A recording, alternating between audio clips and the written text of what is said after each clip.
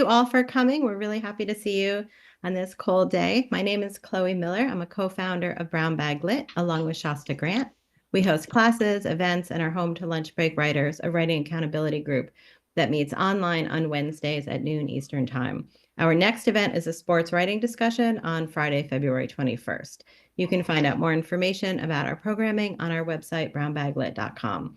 And today we're really excited to welcome three writer-translators, Indran Amir Thanagam, Jona Colson, Catherine E. Young. And this is our second translation event. Hopefully it will become an annual event. You can find the recording from last year's on our YouTube channel. And this year's focus on translation feels especially important after the inauguration. So as readers, we particularly need each other's voices, including from other places and other languages and cultures. As writers, we're reminded of how important it is to tell our own stories and not be silenced. Each translator will speak and read for 8 to 10 minutes, and then we'll move on to a Q&A. I'll put all of their bios and the links into the chat. For the Q&A, in about the second half of the hour, you're welcome to put questions directly into the chat, or you can raise your hand. While the authors are talking, we ask that you please stay muted so we can all best listen to them. So we will go in alphabetical order, and I will turn it over to Indran. Indran, thank you. Thank you, Chloe. Thank you for this invitation. I'm looking forward to our conversation. I'm a translator since been a translator since 1999 when I first got to Mexico City, and I met Manuel Ulacia, we became very close friends, and then I started working on his poems into translating them into English. At that time, this was before internet and so on. It was in the early days of the internet, and there certainly wasn't there weren't any translating tools at hand. I worked with the books and dictionaries, and it was a collaboration between the two of us. So we would meet at his place or at mine over coffee and poems.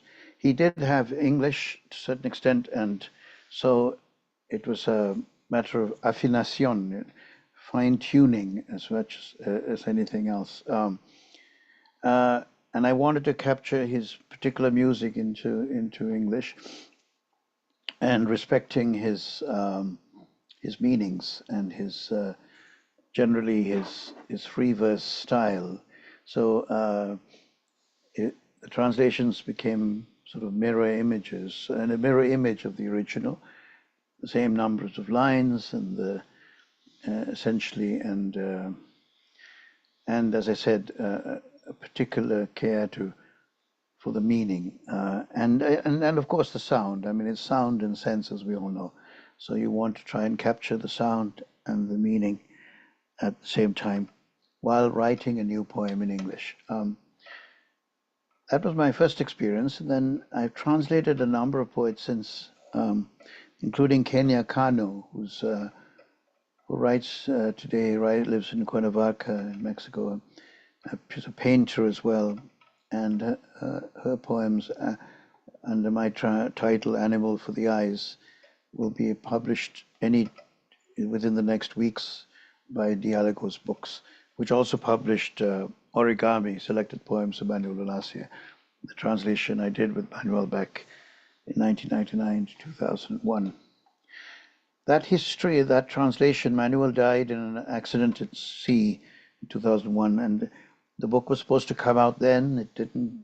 The publisher balked at the idea of publishing it then, and then it went through a long odyssey, mostly in drawers, chest of drawers, before it eventually found a home with Diálogos. So a shout out to Diálogos Books and Lavender Ink in New Orleans, which published the book.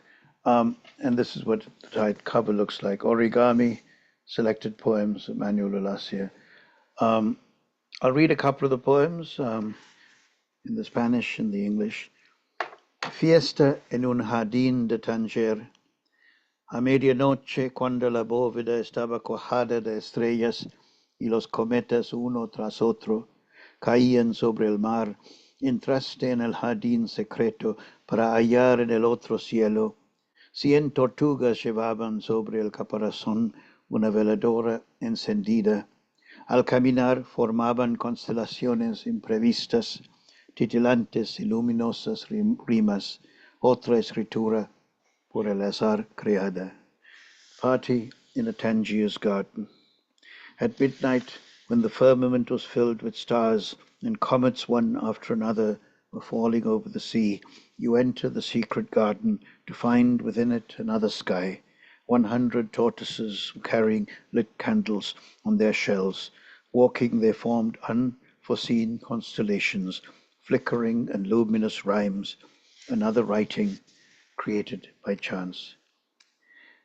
And I'll just read one more translation, just the English, and then maybe take a couple of minutes to make concluding remarks.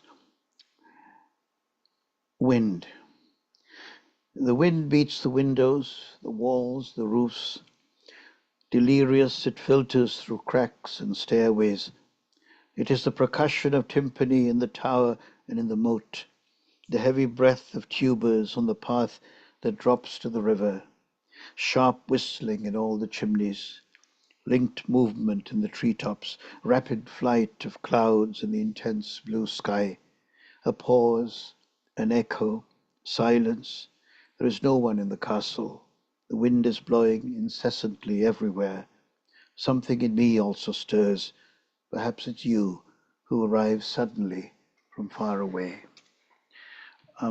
There's a sort of sacred aspect to poetry, I think, and prayer, and when you have a chance to translate a beautiful, set of words from one language to another, it's a bit like transubstantiation in a way, changing the body into the blood, and changing the bread into the body, and the wine into the blood. I don't mean to be sacrilegious. I'm quite a faithful person, especially now in this time.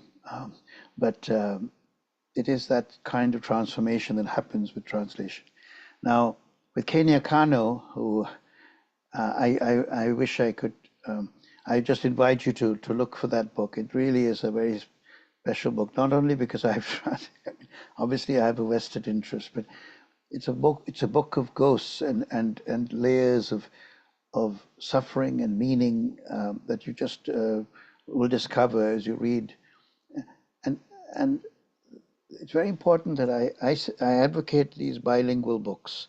If you know any Spanish, you can enjoy the Spanish as well as the English. And you can also play with the translator in those books. Do your own versions and see, do you agree or disagree? And I think that's a good exercise. It's an intellectual and a pleasure to do.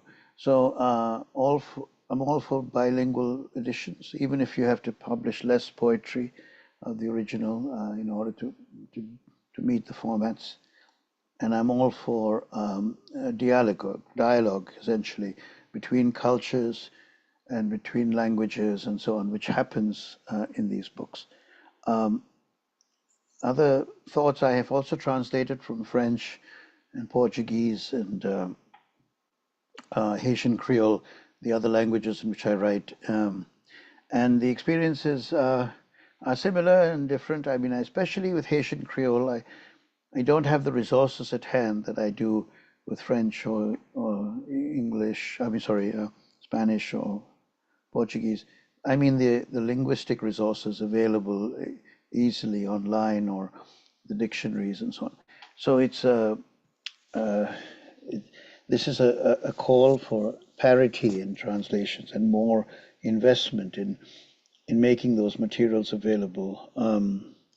And also, I am not averse to using some kind of a translating tool to have a version of a poem, even a poem, yes, in English, and then looking at that and fiddling with it and playing with it internally, not for public exposure. I'm certainly not interested in just putting a set of poems through a machine and releasing the result. I think the translator's work now is even a bit like the school of Rembrandt or something, but Rembrandt has to be there to look over the work of the student, in this case, the artificial program. Anyway, I throw that out as a point to discuss. Thank you very much. Thank you so much. Now we'd like to welcome Jona. Hello, everyone. Thank you. Thank you to Chloe for inviting us here this afternoon. I appreciate it. So, just to give a little background, I translated the work of Miguel Avero. This is my first book of translation. The book is called Aguas, which means waters in Spanish. It's a selected work. So, just very briefly, how I came to Miguel Avero. I was taking a workshop at the now defunct Gettysburg Review, and Sidney Wade knew Jesse Lee Kucherval, and Jesse Lee was looking for those who knew Spanish, spoke Spanish. I'm not a native speaker, but I studied it ever since I was in eighth grade, and I lived in Spain and Costa Rica. And she mentioned my name to Jesse Lee Kucherval, and Jesse Lee emailed me and wanted to see some of my own work. And she said, "Yeah, let me match you up." And so she does extensive work in Uruguayan writers, Uruguayan poetry in particular. And she matched me up with Miguel Avero in Montevideo, Uruguay. And we started a communication, which is a real privilege when you have someone who was alive, another living author, you can talk. We asked each other questions via WhatsApp, which was wonderful. I got used to his accent. I studied Spain Spanish, so the accent was very different. For those of you who know the different accents in Latin American countries, Central American countries, and Spain. And it was just a really wonderful experience. And I began translating two of his books, the first two books of his poetry. And I sent them out, to contest. I got a lot of individual poems published in some really great journals. But the two books on their own, I got to some finalists and, got some good feedback, but they kind of just weren't taking. So I emailed Jessie Lee and I was like, "Hey, what do you suggest that I do?" And she said, "Why don't you put together a selected work of the first two books with a new name and market that?" And so I did, and it worked the best. And Washington Writers Publishing House was gracious enough to publish it last May. So I'm very, very pleased with it. Again, it's my first work in translation. I did study a little translation in undergrad. I got my MFA from American University, and there was a required course in translation. I took that with the late Henry Taylor, and that was wonderful. So I've done a little bit of translation. I've always done a little translation, but this was a real focus, and I worked intensely on it during COVID. So maybe I think I've heard from a lot of writers, and they got a lot of work done during COVID. So that it's kind of interesting. But I was really, really pleased with the ways in which this turned out. There are many challenges that I find with translation. Like I said, I know the language fairly well. I can speak at, a conversational level. I can read probably a little bit more than that. But of course, there's always words, there's always turns of phrase, there's always the vernacular that's difficult to translate. You don't find a lot of vernacular, but if you find some dialogue within the poems, you have to make sure you translate it. And a big challenge for me was in Uruguay and Rio Platense and Argentina and Uruguay, they use a vos, a different form of address of informal to, you. And it's a different tense. And so tenses were difficult for me. Pronoun reference was difficult for me, and word choice, right? And also syntax. So for me, knowing Spanish really, really helped in the translation. And I agree very often. I agree with what Indran said. I would do a rundown of the poem on my own, what I thought was happening here, using my big Larousse dictionary. And then I'd be like, okay, here's what I got. And then I would take a look at maybe what some help on the internet would give me, and I would compare them. Ultimately, my version was better and more finessed, right? I mean, you just take a look and but I would, match them up and sometimes be like, "Oh, you're right, that is past tense here. Let me go back in and take a look." So it helped often with tense, but as a human, you go back and and a poet, you go back in and take a look at other things. I was looking for sound links. I would ask Miguel to read the poems, record a poem, so I would listen to it as I listened to my own as I read my translation to see if what were the sound links here? Am I getting am I getting a lot of A's where there's a lot of A's in these words? I'm getting vowel sounds. Am I getting the consonant sounds? Am I getting some rhythm? I tried to match syllabically, but this is not formalized poetry. It's free form. So I wasn't too concerned about that, but I did want to get some sound links in there. And of course, you're working with two different languages, so it can be very difficult. So what I would like to do, and then I'll talk a little bit more, is read a poem, which is going to actually be the title poem of Aguas. The poem is called Aguas. And if this works, I would like you to hear Miguel read. I have a recording. He's not here. He's in Montevideo, Uruguay.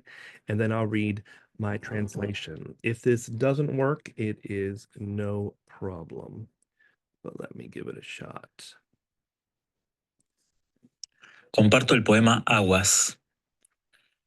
Agua en la mañana alquitranada, o en la noche que cubre de cartones el amanecer.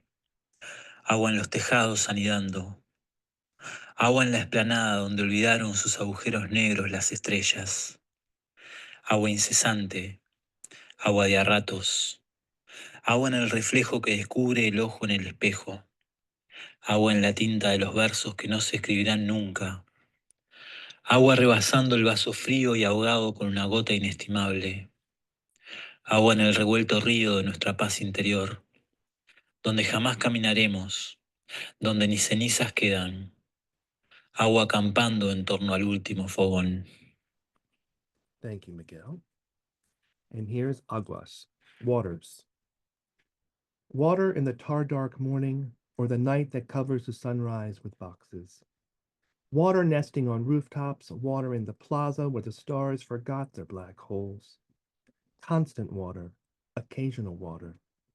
Water in the reflection that discovers the eye in the mirror. Water in the ink of the verses that will never be written. Water overflowing, the cold glass and drowned with a drop. Water in the troubled river of our inner peace, where we will never walk, where no ashes remain.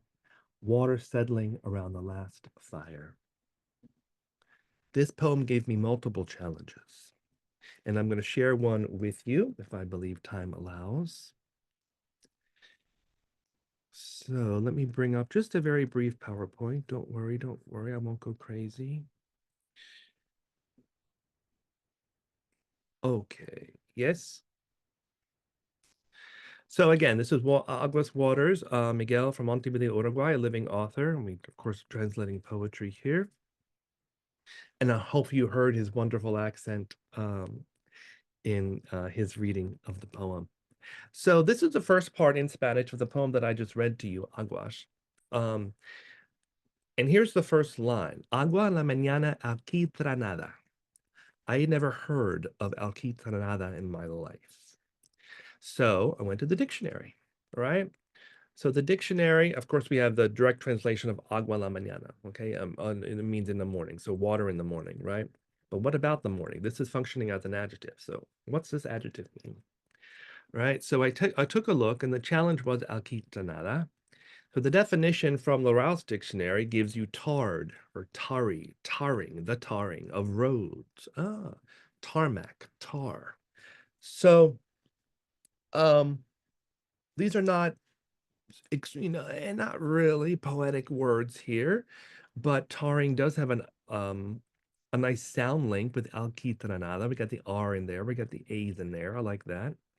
So I fiddled around with some of these, and again, this was the challenge, right? So alquitranada. So what I decided to do was, I know it's an adjective. Can I keep a sound link? The answer is ask someone for help. I asked multiple native speakers. They were like, I don't know. So like, okay. So I relied on myself and the dictionaries, and I wanted to use it. I didn't want to delete it, right? So I thought about maybe inventing a compound adjective here. So water in the what morning, right? Because in the syntax of many Romance languages, or the adjective comes after. So it's water in the blank morning. Okay, what can we call this morning? Tarry, right? But if I want to use a compound adjective, I could say tarred darkness of morning, tarring dark, tar dark. I like that one, tar dark. Maybe some of you chose another one, which is what I like. as Indran mentioned, you can have a dialogue with the translator here. If you're reading it, be like, hey, no, I would like that, and that raises some really, really interesting conversation.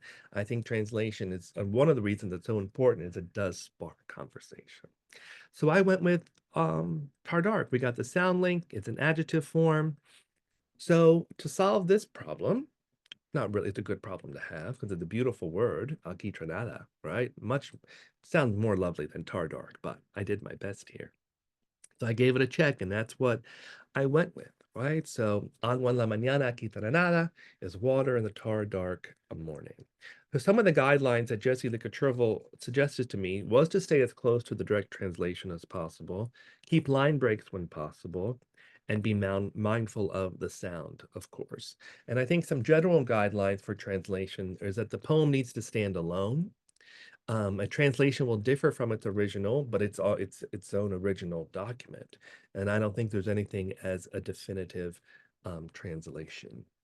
So that's just one challenge that I had when I was translating Miguel Avero. There are many others, but luckily I was in dialogue with him and also in dialogue with some other resources and some other former professors that I could just ask. And so you take all your resources and trust your instincts, I think. And but it takes a while, this took about a total of 10 years. I wasn't working on it very much before COVID. So when COVID hit, I was like, okay, this is one of my projects. So we're able to get that done. So I'm very proud of it. But there are some challenges, but also the wonderful of being able to get this prolific writer in Uruguay in its first English translation. So, you bring the author to a new audience, which is a wonderful thing that translation can do. Thank you. Hard dark. I love that so much. Wonderful. Thank you. Now I'd like to turn over to Catherine. Hi, I'm here. Hi, everybody. Thank you, Chloe. I'm going to read today from the writing of Akram Aylisli, who is Azerbaijan's most important living writer. And you may be saying to yourself, but I've never even heard of any writers from Azerbaijan. And the reason for that is pretty simple. Although Azerbaijan's literary tradition, which is strongly influenced by Persian and Turkish, dates back roughly 1,000 years, so it's maybe even older than ours. Other than my translations of Akram Aylisli, this writer, the last major literary work associated with Azerbaijan to make it into English was Kurban Said's Ali and Nino, and that was first published in 1937. Akram Aylisli himself, however, has been published in around 30 languages, with more coming each year. And we have just not been paying attention to him here in the English-speaking world. You may possibly have heard of him, however, in a different context, because his 2012 novella, Stone Dreams, which explores themes of interconnectedness and mutual understanding among Azerbaijanis and Armenians, two countries that have been fighting one another since the late 1980s, was hugely controversial in Azerbaijan. It was so controversial, in fact, that he didn't even publish it in Azerbaijan, but in Russia, in the colonial language of Russian. Even so, word got back, and his books were burned. All of his books were burned in Azerbaijan. A coffin was paraded outside his apartment. Someone offered a bounty to whomever would cut off his ear. You get the picture. He was championed by numerous human rights organizations and nominated for the 2014 Nobel Peace Prize, not the Literature Prize, the Peace Prize. But he still lives under de facto house arrest in Azerbaijan to this day, and he's 87 years old. I was alerted to Aylisli's situation by friends in the Russian literary establishment, and there was some feeling that if his work made it into English, then his troubles with his own government might be eased a little bit. So I started translating him with these, fairly quixotic ideas about righting a great wrong, but I quickly fell in love with the writing as writing, and that love has kept me going through 6 novellas and 2 books. In 2018, I published my translation of that controversial novella, Stone Dreams, the one I mentioned earlier, and also 2 later novellas. This book, the one I'm going to talk about today, is called People and Trees, and it was written earlier in the late 1960s. It is Akram Aylisli's first major work, and it has sold literally millions of copies around the globe. The book's 3 novellas are semi-autobiographical, and they're set in the mountains of Azerbaijan just before and during World War II. And I should note here that I translate from Russian, not Azerbaijani, but that Akram Ailesli's Russian is near native, and he's, in fact, has translated some of his own work into Russian, and that's the language that is Russian that we use to communicate. But before I read, I want to put in a plug for my publisher, Plowman Press, which is a small literary publisher based in Silver Spring, Maryland. So for many of us in the DC area, he's a local publisher. And that publisher is dedicated to literature from Central and Eastern Europe. These small publishers, as I think Indra noted as well, are the lifeblood of translation in this country. And if we have any hope of continuing to hear voices from outside the US, we need to actively support them and buy directly from them rather than our corporate overlords at Amazon. I think Chloe has put a link in the chat for more information about this book and this writer, and it does have a link to the publisher if you're interested in the book. The passage that I'm going to read comes from The Tale of the Silver Tweezers, which is a short work that brings together threads from the other 3 novellas in the book. And as Chloe mentioned, I myself, or maybe didn't mention, but it's in the bio, I am a poet. And that's how Akram Ailesli started out. He studied at the Literary Institute in Moscow, thinking he'd be a poet. And I think I hope you'll hear some poetry in this passage. The Tale of the Silver Tweezers. My father sold muskmelons from a collective farm in the district center, and we saw him only in the evenings. There was just our house then. There was the yard of shady trees. There were the mountains and the sun. There was me, and there was my grandmother. We also had a cow who, like my father, went out in the morning and came back only in the evening. Everything else was out there, beyond our fence. There were different houses on the other side of the fence, different trees, different people. There were big kids there. They hit the little ones. There were scary dogs there. They bit the little ones. There, beyond the fence, weddings took place. People rejoiced. There were also funerals, funeral feasts. People cried. There was me, and there was my grandmother. And in the evenings, my father and the cow came back home to us. There was also another place, the other world. And on Thursday nights, when we lay down to sleep, my grandfather would come from that other world to visit us. On Thursdays, my grandmother soaped and scrubbed the whole house. She shook out my grandfather's black Kurgan bag and hung it on a nail in the room. She turned down the wick of the lamp and placed it to burn in the hallway, trying to keep it secret from my father. My father grumbled when he saw it, because kerosene was expensive and heavy to carry from the district center, and then, you all know, my father didn't believe in any kind of other world or any kind of God. My father slept alone in the small room. My grandmother and I slept here in the big room, and on Thursday nights the lamp burned nervously in the hallway next to our room, trying to stay hidden from my father. I was also nervous on those nights. I was very afraid of my grandfather, although my grandmother insisted that he wasn't frightening at all. He'd never in his life scared anyone, never said boo to a goose. That's the kind of man he was. And he didn't walk among us to scare us. He was checking on us, seeing how we were doing, whether we had kerosene, whether we had enough bread. And he was also finding out whether we'd strayed from the path of the righteous. And because my father had strayed from the path of the righteous, my grandmother turned her face to the heavens each time she completed her prayers, urging God at length to forgive my father for his sins. My grandmother even taught me the prayer. I also began to beseech God. Lord, I'd say, repeating my grandmother's words, you are merciful and just. Forgive my father. You see yourself that they've worn the man down, always on the run. Everyone treats him badly. Forgive him his sins. Show your mercy. My grandmother said that my prayer would reach the Almighty quicker because I was an innocent child, and because the angels that sit on everyone's shoulders hadn't yet inscribed a single sin on my forehead, and that God had to forgive my father because my father didn't eat stolen food. He earned his bread by the sweat of his brow.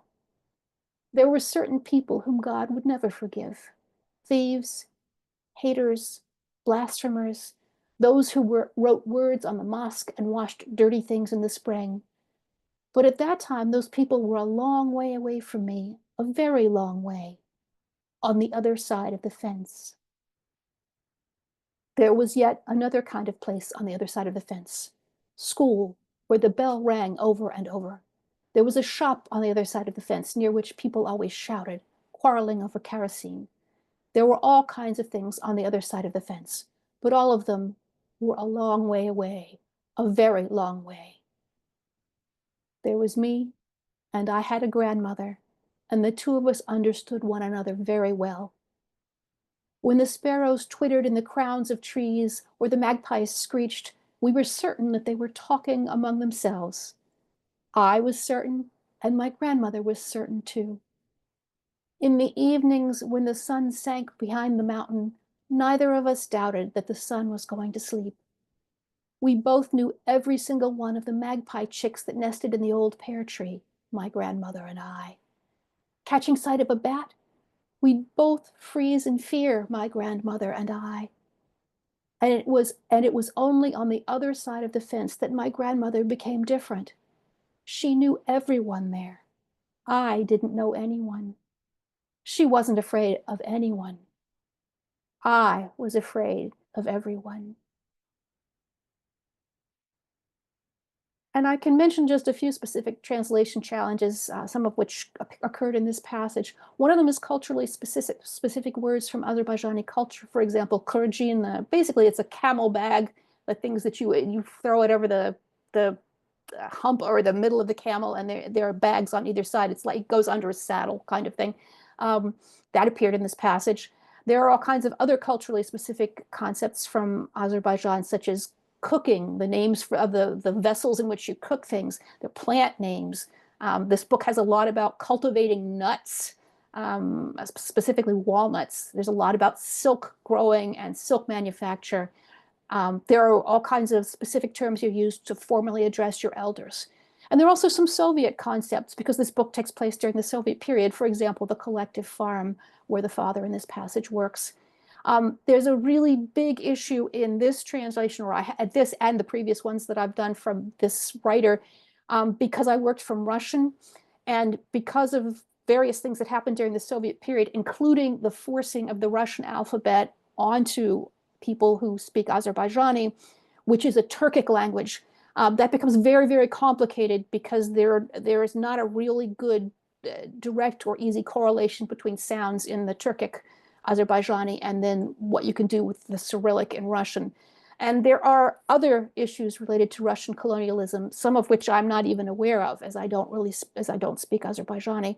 One other issue I ran into is that this particular writer, I'm told in Azerbaijani as well as in Russian, is very formal in the way he uses language. It is in some ways the writing of an elderly author. Not this book per se, but the later book that I translated and published earlier. And finding a happy medium of getting the author's voice into English that recognizes his specific style and at the same time is accessible to contemporary readers has been kind of interesting.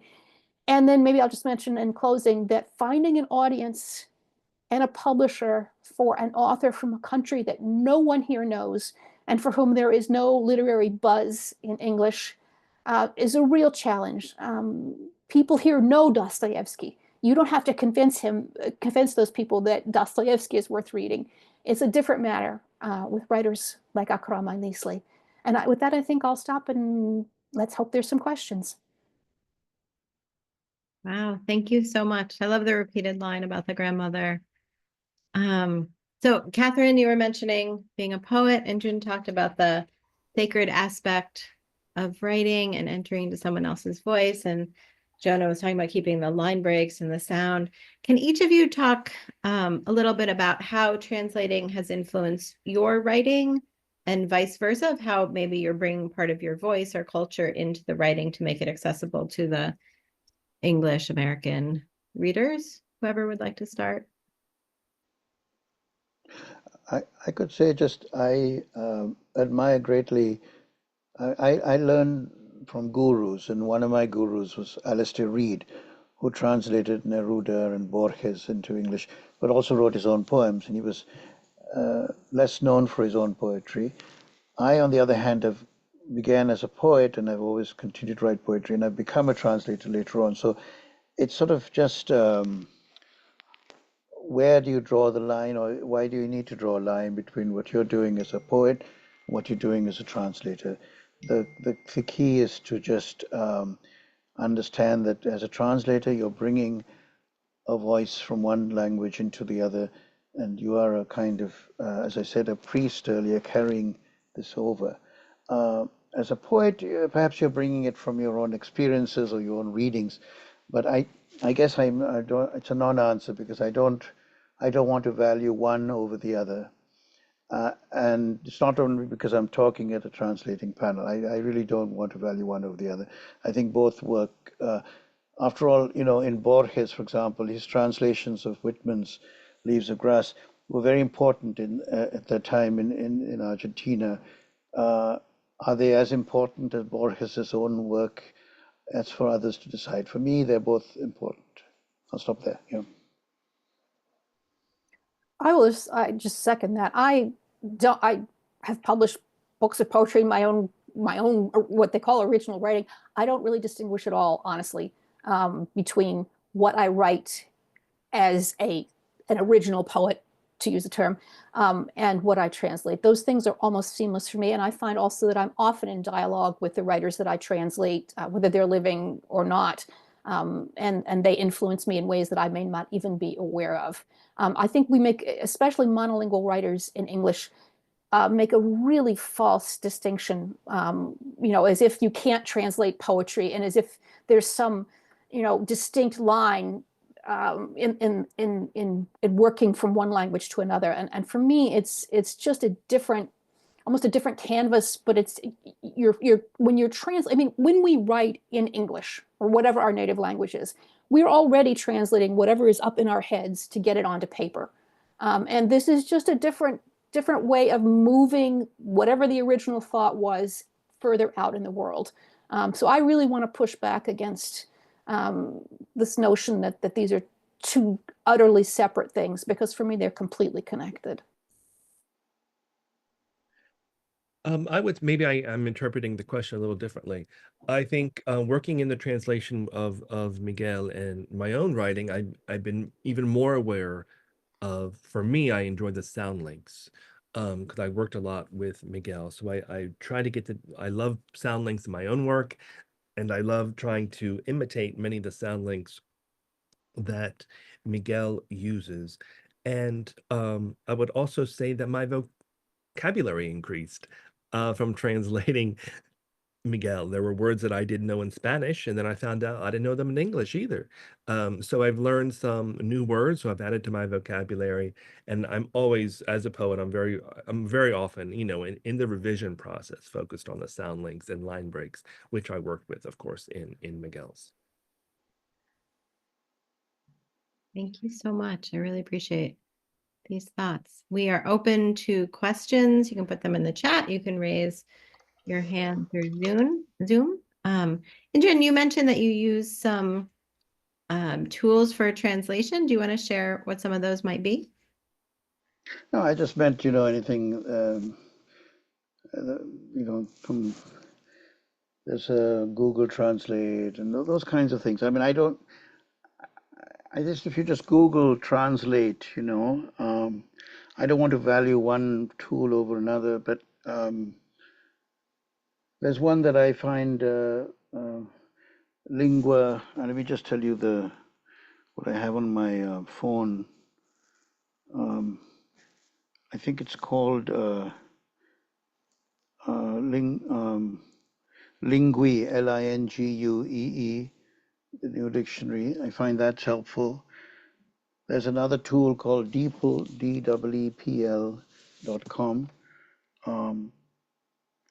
But I don't want to say that this is going to solve the problem. You just consider these as ways to test yourself, or perhaps if you're struggling with something, at least you can see what this will come up with. and then you can, but the best thing then is to go, if you have the author at hand, go to the author. If you have the dictionary at hand, go to the dictionary, meaning the dictionary of the language. So Real Academia the dictionary in Spanish, for example, Spanish to Spanish, as much as the bilingual dictionaries.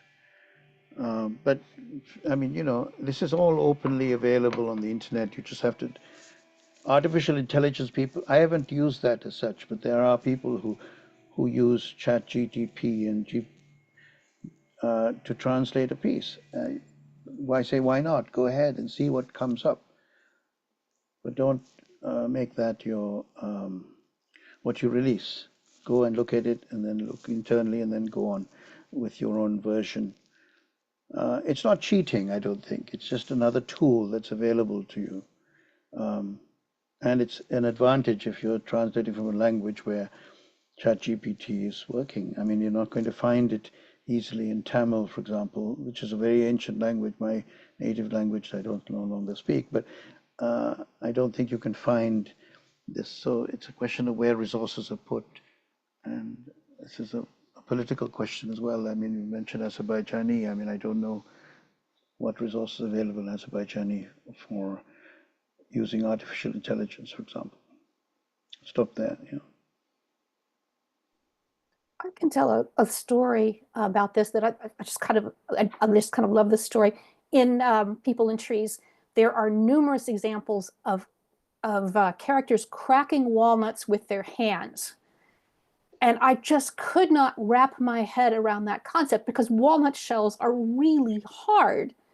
So I wrote to the author and said, how is it that all your characters are cracking walnut shells by hand?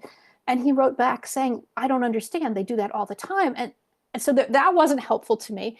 And so I eventually found a YouTube video of a Scot from Glasgow who had spent time in a country with young walnuts. And and he takes the walnuts in his hands and he demonstrates how you can break them with your hands. These are, you know, the kind of things that you would have spent, or I would have spent many, many hours trying to figure out prior to the internet, right? But and I spent some time on it this way, but still, at least I could see, you know, just with luck that there was a simple answer to my question, that my question had stumped the author because it was perfectly natural to him. Thank you. Jona, if you would like to answer this. Also, I'm wondering if you can talk a little bit about, you said you chose poems from the 2 books and then made it the selected. If you can talk a little bit about how you made those choices and decided to order them. Yeah, that's a good question. I kept the same order from both books. So I didn't change the order within both of the books. But my selections were, I knew I wanted the title to be Aguas, waters, and he has the water, internal kind of emotional water, if I may, and then external water and mist and fog and thunderclouds and clouds and oceans and seas. And so I picked the ones that, I mean, to default, maybe it sounds corny, that I thought were the best. And but also that carried on this theme. So I chose the ones that have more of a thematic element to the title poem, which I wanted it to be. And if I may say very briefly, I know I do see the co-president of the Washington Writers Publishing House here. The Washington Writers Publishing House, very excitedly, is going to be publishing translation every other year. And just for context, we're in January 2025, and our contest will open in May of 2025. So the Washington Writers Publishing House publishes it will be for translators living in the DMV. So translators from DC, Virginia, or Maryland. The author can be from anywhere in the globe, but we are trying to focus on languages that we're a small independent press. We are trying to focus on languages that are spoken in the DMV, which is a lot, right? So it's pretty open, but so if anyone has a manuscript, a finished manuscript, please take a look at the Washington Writers Publishing House. Follow us on social media. I'll put the link in again. And we're very excited to start publishing translation every other year. And we're the oldest continuous operating nonprofit press, independent in the country. So take a look at us. And I see Holly, who's also a member of Washington Writers Publishing House and a translator herself. Thank you. Thank you. And I see Caroline put some links and information a little further up in the chat if you look. Fernando, I see you have a question. Yeah, it's a little bit of a comment, but mainly a question. I'm taking advantage of the presence of three authors, poets here, to get some insights. I took a translation course during my MFA at American U, and yes, and what I did, I think it was beyond me. It was a bit too ambitious. Is that I took 4 poems. I wanted to honor my father, whose death was 10 years ago. And so I took poems written in his language, a Filipino dialect, which I do not speak. And so at all. So it was funny because it kind of influenced our relationship or alienation, if you will, over decades, because his rawest and most spontaneous emotions were in his language, but we communicated in English and in another language. So it was kind of distancing. But anyway, here's my comment. While I was working on those 4 poems, I encountered 2 difficulties. One is that there is a play on suggestiveness or suggestions by the author that is not apparent in the words that I was hopelessly translating from Google Dictionary. I had one shipped here, etc. What I mean is, let me give a concrete example. There was a poem written by one of the authors, writing in Ilocano, and I am now, of course, talking of the final translation. I did not know it when I started. What it was about is that there were 2 children who were playmates when they were kids, and then they got separated. And there was anti-communist guerrilla warfare and much destruction. And then maybe 15, 20 years later, they met again in their early 20s in this particular house that had already been destroyed, but that was where they used to play. And a tree had grown out in the middle of the yard that now bears this delicious fruit. And so towards the last 3 or 4, the last 1/3 of the long poem, a flirtation starts. And so I'm really starting to have difficulty because I want to explain and tell, because that's what the dictionary is saying. But how could I capture a sense of flirtation that the authors were, and my coach, I got a coach because it was really too difficult for me, an Ilocano native speaker who also was one of the poets I was translating. Anyway, he himself had difficulty in getting what the careful arrangement and choice of words were that the author of the poet specifically wanted to be as contrasted from using words that are directly flirtatious. So he was trying to be as reticent and as withdrawn as possible in his choice of words while suggesting flirtation. That was a very special challenge for me. And then there's also the context, I think Catherine mentioned it, of words that are in the language only. So there were words that I just wanted to explain in 2 lines because the dictionary gave it to me. But what is that thing, that one spark that, would be the right word? So maybe I'm just storytelling, but really my difficulty, and I would like to get into translation again. I'm working on a totally different project now, but someday I really enjoy translation and would like to get into it and would like to work on Filipino poems that are not, known elsewhere.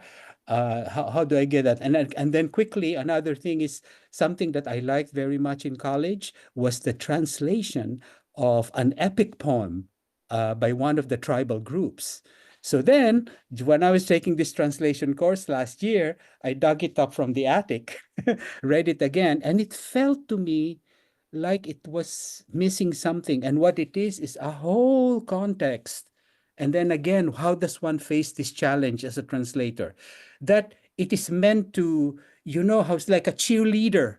It has to have a cheerleading tone, like, hey tribes, let's fight, let's kill, let's cut off heads, let's drive them, let's put them on spears. This will show our bravery. It was not coming through that whole force that because the translation was kind of, well, you know, somebody got a dictionary and kind of arranged the words. So again, I said, if I were going to somehow get one page of the Kalinga Ulalim and attempt to translate it, how do I get that force out, that so that right away you know that some big leader standing on a huge rock was reciting, if not singing or chanting this poem, and there's a chorus at the bottom and so on. How does one capture that? Anyway, sorry, I've talked too much, but I'm just sharing difficulties I had and my strong interest in translation and how does one go about things that are not on the page of the original,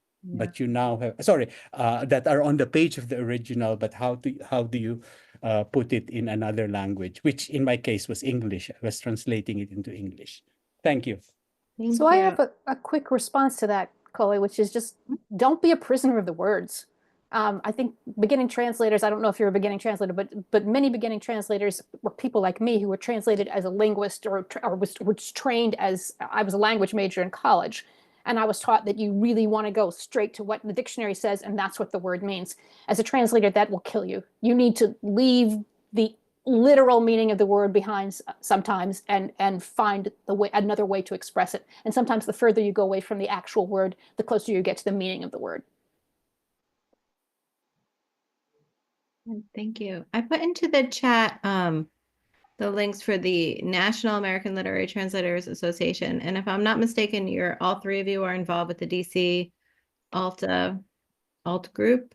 Would one of you like to share a little bit about what you guys do? Indrin, go ahead.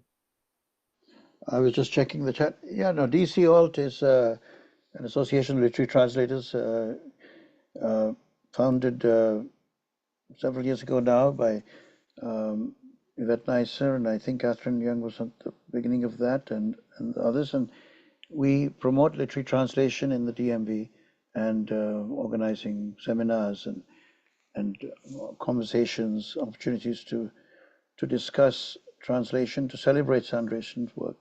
And there's a sort of a revolving board that attends to various things. Get in touch with us if you'd like to join the community. And I think it's a good community dedicated to this art of translating. You know? There's a program coming up this Sunday. I unfortunately don't have a lot of the details. I see Katie King is here. If somebody has the details on it's a Zoom program on Sunday the 26th. I know Heather Green is part of that, and it will be available online. I just don't have the information right at hand. I'll see if I can find it and put it in the chat. Anybody's welcome to join. You don't have to be a translator. You just have to care about translated literature. Yeah, Nancy Naomi Carlson, and she's gonna have a poet, Dan Beachy Quick, and I forget the other poet. So Katie, hi Katie, I forgot you were here. Let us know, but it's wonderful, and it's just make sure you sign up for the newsletter. It's just wonderful to get together, or even just sort of via Zoom, or just make sure that we have resources to share and dialogue and conversation, which is what we're doing now, and it's so amazingly helpful to any writer, and specifically to translation, because very often we have the same advantages and challenges.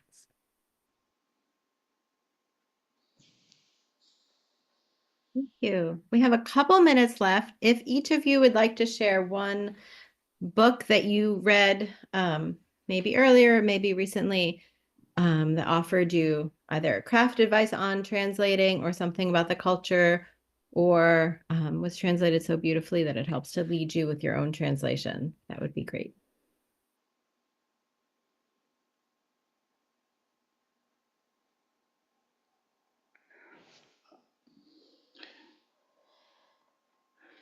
I'm just trying to trust my mind for what translations I've read recently. I've been reading original poetry in English, and I've been translating, so I've been reading the original in other languages.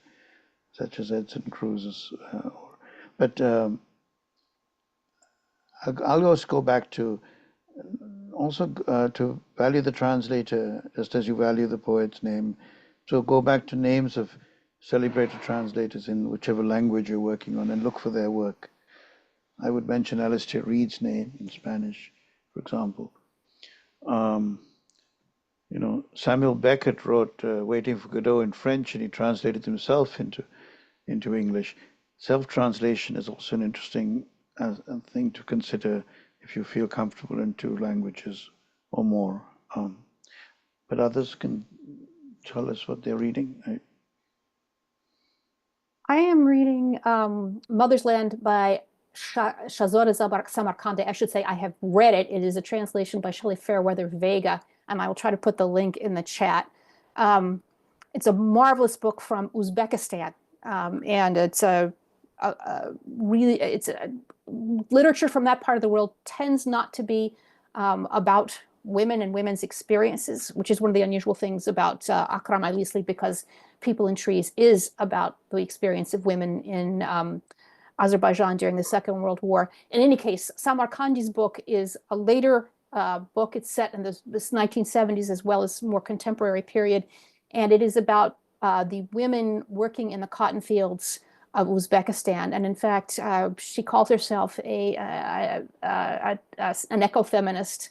The novella is marvelously translated, and I have now got the link up for you in the chat. I recommend it highly. Yeah, and I always go back. My first translations were published in Jesse de Couturval's anthology of young Uruguayan poets. And it's a wonderful collection of young Uruguayan poets. If you see my translations, they differ a little bit because I changed them a little bit for the book. So we're always in dialogue, always trying to make things better. But this really taught me a lot about translation and working with Jessie Lee. So I give kudos to her and to this book for really getting me into the field. Wonderful. Thank you for sharing your expertise, your art, all of your thoughts. I really appreciate this. Keep reading, keep writing. I love the focus on dialogue.